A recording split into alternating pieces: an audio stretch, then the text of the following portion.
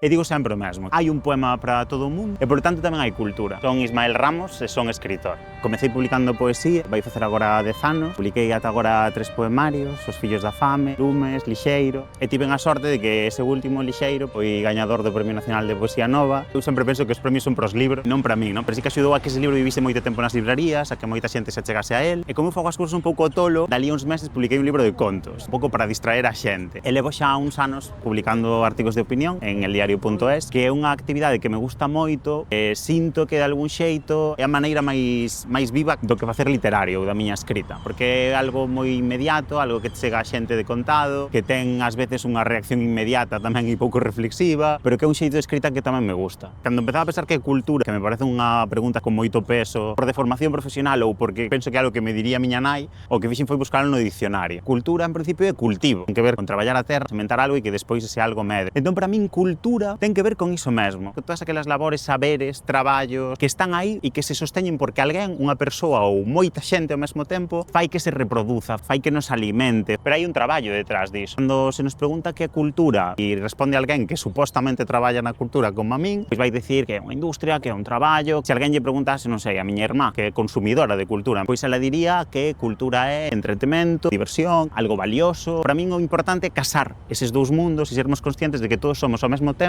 consumidores e ao mesmo tempo temos esa responsabilidade de salvagardar a cultura e, por tanto, somos traballadores da cultura cando estamos consumindo. Nunca me gusta pensar na cultura como distracción. Gústame pensar máis ben a cultura como un esforzo colectivo e que, polo tanto, disfrutamos todos, pero tamén é responsabilidade de todos. Eu penso que se partimos da idea de que a cultura é un dereito, en realidade a relación entre cultura, territorio e mellora social está clarísima, non? A cultura debe chegar a todo o territorio. É un dereito igual que é a sanidade, o alumbrado público, igual que hai un contenedor a X metros da tua casa, cada X tempo debería haber un concerto ou un recital, debería haber algo que dinamizase culturalmente ese lugar. A mí a cultura que me interesa máis é aquela cultura entendida un pouco como cultura viva, que axuda a crear un discurso crítico, moitas veces a mellorar a vida de alguén, ou a cultura como ferramenta. Eu, por exemplo, son evidentemente consumidor de redes sociais porque me gusta a dopamina, entón eu consumo moitísima cultura en redes sociais, que é unha cultura que a maior parte do tempo me anestesia, incluso por moi reivindicativo que sexa ese clip de 30 segundos que estou vendo, ás veces iso anestesia. A mí gusta unha cultura que te arrinca un pouco de aí. A lectura é revolucionaria porque a lectura exixe concentración, exixe de ti que te deteñas nun mundo no que é cada vez máis complicado. Eu teño esa sorte de ter chegado á literatura e a poesía, entón recitei en bares nos que había 2 persoas e recitei en auditorios ou en palcos onde había igual 200. Fui moi consciente deses momentos que crea calquera expresión cultural de reunión. É xusto aí nesa intersección entre estes conceptos onde está o feito de que a cultura sexa un dereito. Polo tanto, poida ser reclamada por todo aquel que a precise nun momento determinado ou que sinta